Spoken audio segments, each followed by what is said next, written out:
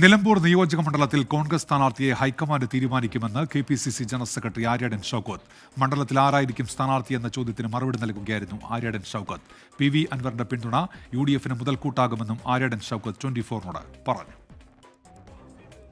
അടുത്ത നിയമസഭാ തെരഞ്ഞെടുപ്പിൽ നിലമ്പൂർ നിയോജക മണ്ഡലത്തിൽ UDF സ്ഥാനാർത്ഥിയാകുമോ എന്ന ചോദ്യത്തിന് സ്ഥാനാർത്ഥിയെ ഹൈക്കമാൻഡ് തീരുമാനിക്കുമെന്നായിരുന്നു KPCC ജനറൽ സെക്രട്ടറി ആര്യാടൻ ഷൗക്കത്തിന്റെ മറുപടി. ആരായാലും കൈപ്പത്തി ചിഹ്നത്തിലായിരിക്കും മത്സരിക്കുക. നല്ല ഭൂരിപക്ഷത്തിൽ ജയിക്കുകയും ചെയ്യും. PV അൻവറിന്റെ പിന്തുണ നിലമ്പൂരിൽ UDF-ന് ഗുണം ചെയ്യുമെന്നും ആര്യാടൻ ഷൗക്കത്ത് ജിദ്ദയിൽ പറഞ്ഞു.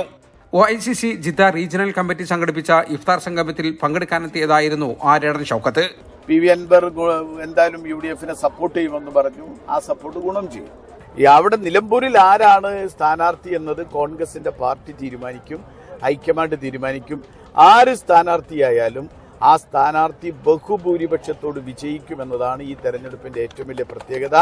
ഇടതുപക്ഷ ജനാധിപത്യ മുന്നണിയുടെ സീറ്റ് ഒരു 10-25,000 വോട്ടിനെങ്കിലും പിടിച്ചെടുത്ത് ഭൂരിപക്ഷത്തോടുകൂടി നിലമ്പൂരിൽ വിജയിക്കും. യാതൊരു സംശയവും ആര് സ്ഥാനാർത്ഥിയായാലും. സഹവർത്തിത്വത്തിന്റെയും സാഹോദര്യത്തിന്റെയും പ്രതീകമാണ് പ്രവാസ ലോകത്തെ ഇഫ്താർ സംഗമങ്ങളെന്ന് അദ്ദേഹം പറഞ്ഞു.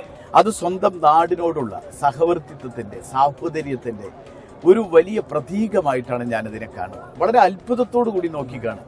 ഞാൻ പലപ്പോഴും ഇത്രമാത്രം ഇഫ്താർ വിരുന്നിൽ പങ്കെടുക്കണം എന്ന് പറഞ്ഞപ്പോൾ ഞാൻ വിചാരിച്ചു ഒരു 1000-500 പരമാവധി 1000 പേരൊക്കെ ഉള്ള ഒരു ഇഫ്താറായിരിക്കും.